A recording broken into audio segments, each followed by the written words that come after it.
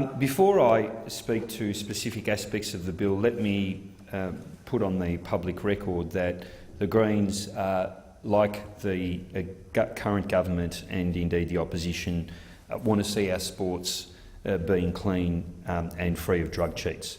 I know there is a view in some aspects, in some parts of the community, that this is a battle that we can't win, and then in fact what we should do is effectively admit that it will be impossible to eliminate doping from sport, and therefore we should drop any effort to try and combat doping in sport. I don't subscribe to that view. I think it's really important for the integrity of sport that we know that people are competing on a level playing field, and I also think it's very important in terms of people's health. Some of the substances that are used are potentially very, very harmful, and indeed we've already seen a number of high-profile athletes who have had significant complications as a result of drug or performance-enhancing substances. However, to get on to the substance of the bill does seek to align Australia's Sports and Anti-Doping Act with the World Code, that is the WADA Anti-Doping Code. It does this through a variety of mechanisms. It creates a new class of it creates a new part to the bill, which would mean that somebody who is associating with an individual that is deemed to have been a prohibited person is in fact subject to a penalty. That is, should an athlete associate with another individual, and that individual is somebody who is deemed to be a prohibited person, that the athlete themselves, and not the person who's deemed to be prohibited, would be subject to a penalty. And Greens have got serious concerns about that, that challenges the right to freedom of association, and we're concerned about that specific aspect. There are a number of other parts of the bill that we think are sensible. The fairly minor changes to the Australian Sports Drug Medical Advisory Committee, the provisions around information sharing, and the removal of the requirement for the anti-doping rule violation panel to maintain a register of findings. We understand the move in that direction. We do have, however, broader concerns about the doubling of penalties that will be implemented as a result of this change. And on balance, we think the time has come for a much broader review into Australia's anti-sports anti-doping authority, Australian Sports Anti-Doping Authority, and we think that we've got an opportunity here to decide whether the current framework we've adopted is in fact achieving what it sets out to do, and that is to ensure that people are competing on a level playing field. We don't think that the majority report into this bill gave enough attention to the concerns that were identified by a number of groups. The concerns identified by athletes' associations, by a number of people within the legal fraternity who had very serious concerns about the impact of this bill on athletes and their families, and particularly on athletes who are not engaged in any serious anti-doping violation. Let's acknowledge here there is a spectrum. On one end of the spectrum we've got the Lance Armstrongs of the world, the people who are engaged in deliberate, systematic, deceptive cheating, and no one, I think, would argue that someone like Lance Armstrong deserves anything other than the full force of the law when it comes to anti-doping. But there is a spectrum, and we've seen recently in the investigations into the Essendon Football Club and indeed Cronulla that we've seen football clubs push the boundaries, shall we say, and it appears now with the issuing of infraction notices transgressing in some instances. But then at the other end of the spectrum we have innocent athletes who may be caught up, for example, in the prescription of a medication from their doctor that may in fact be captured as under the WADA code as a banned substance, and they will be subject to a doubling of the penalties along with other people as outlined in this bill. So our concern is that the bill doesn't target accurately enough or appropriately the people we want to weed out of sport, that is, the drug cheats.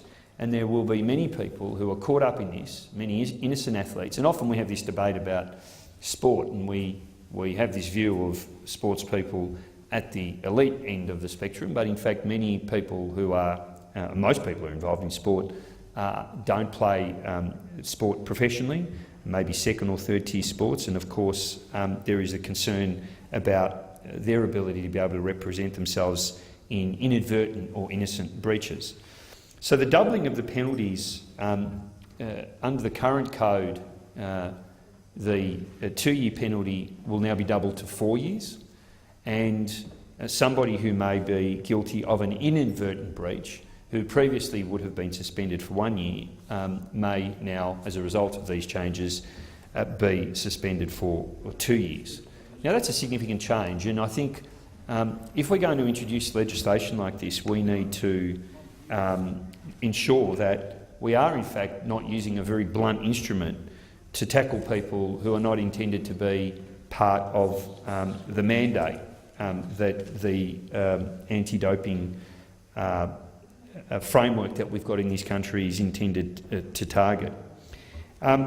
The WADA Code is effectively designed to address illegal use of performance-enhancing drugs, but we've got to recognise that there are many other ways that we can achieve that aim, and that in fact many other countries have pursued a different path to the ones that we've pursued.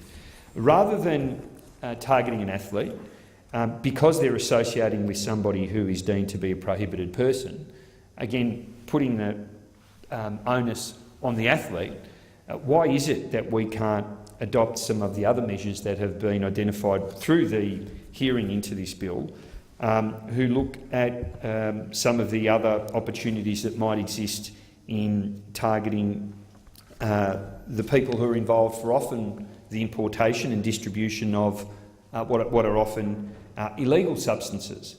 So it seems to me that through the framework we've adopted, which is strict liability, onus on the athlete, what we're doing is ignoring many of the other issues that exist further up the chain, and indeed we're targeting athletes who, in many cases, will be innocent of a serious breach. We could amend sections of the Crimes Act, as was suggested during the inquiry, because of the issues I've just spoken about. We heard from the Australian Athletes Alliance, who represent Australia's 8 major playing associations, so that's about 3,500 elite athletes, who were very strongly opposed to the bill on a number of grounds. Their view is the view that I've just put forward, that the legislation doesn't do enough to protect the rights of those quote-unquote clean athletes. And it is often those people who are the victims of anti-doping legislation, while the serious drug cheats, those people who do it deliberately and systematically, the Lance Armstrongs of the world, are very rarely captured by legislation such as this. So there is, I think, a huge gulf in the problem that we face, that is the issue of drug cheats in sport, and the outcomes that the bill's trying to achieve. And we do need to keep an open mind about what are some of the other possible measures that we can introduce. Now, in the US, what we've seen is some major sports, such as the National Football League, who haven't signed up to the WADA Code. They've made a decision that, well, okay, we accept that the WADA Code has changed, and Australia's saying we have to change our own anti-doping framework to align with the WADA Code, but there are major sporting associations right around the world who have made a decision that the WADA Code doesn't actually address some of the issues in a way it needs to for their sport. Now, we were told right through the inquiry that we had no choice other than to sign up to this legislation because if we were not to align our legislation with the WADA Code, there'd be serious penalties. It's not the case in the US. In the US, where their major sporting code, the NFL, have decided to take a very different path. And what they use a negotiation between the employer, major sporting bodies, and the employees, that is, the athletes, to make very clear about what expectations exist around their employment, and that includes ensuring that athletes are not using any substances that may be deemed to be performance enhancing. And you only need to look at the investigation into the Essendon Football Club and into Cronulla to know that this is a very blunt tool. Very difficult to achieve the sort of outcomes we want to achieve simply by increasing the powers of our anti-doping authority, and that maybe we need to look at other opportunities. So the NFL have shown us that they believe that that there is a different pathway open to us, and I think we need to explore it. The idea that you would double a penalty from 2 years to 4 years, for many people it's a career-ending penalty. So if you're a footballer in one of the major sporting codes, you're in your mid-20s and you receive a 4-year ban, that's the end of your career, done and dusted. And what if that breach is the result of being within a sporting organisation that assures you that what they're doing is within the bounds of the law, and it later turns out to be that, in fact, what you've been doing is engaging in something that is subject to a 4-year ban. Imagine you're a young kid from the country, you come to a football club, there's a culture within that club of sporting personnel providing and administering injections or other substances. You're reassured that what is being done is absolutely within the anti-doping framework, and you're expected to challenge that. You're expected to have the knowledge, the wherewithal, and indeed the confidence to take on your employer and challenge what you're being given through your sporting organisation. And that's the problem with this strict liability, that the onus ends up being just on the athletes rather than on the employer and the sporting code. And what you end up with is a situation where young athletes who may be taking a substance thinking that what they're doing is appropriate, in fact end up with an end to their career. That's what the impact of increasing the ban from 2 to 4 years. We think it goes too far, and it does. While it's designed, the WADA Code's really designed with an eye on Olympic Games and international competition with a specific focus on Olympic competition. Because we've adopted it as a universal framework that targets all, that's to be used through all of our sporting codes, you end up with penalties that are disproportionate and not appropriate for some of our local codes. There wasn't any justification through the inquiry as to why this increase was necessary. It wasn't as though we were given any convincing evidence that simply increasing the penalty from 2 to 4 years would result in a reduction in the number of people who use illicit substances. I think there's often assumptions built into this, but the drivers that are at play here aren't going to be addressed by simply doubling the penalty and potentially ending someone's career. The question of whether ASADA actually needs more powers as opposed to more resources was alluded to through the inquiry, but we didn't really get to the heart of that.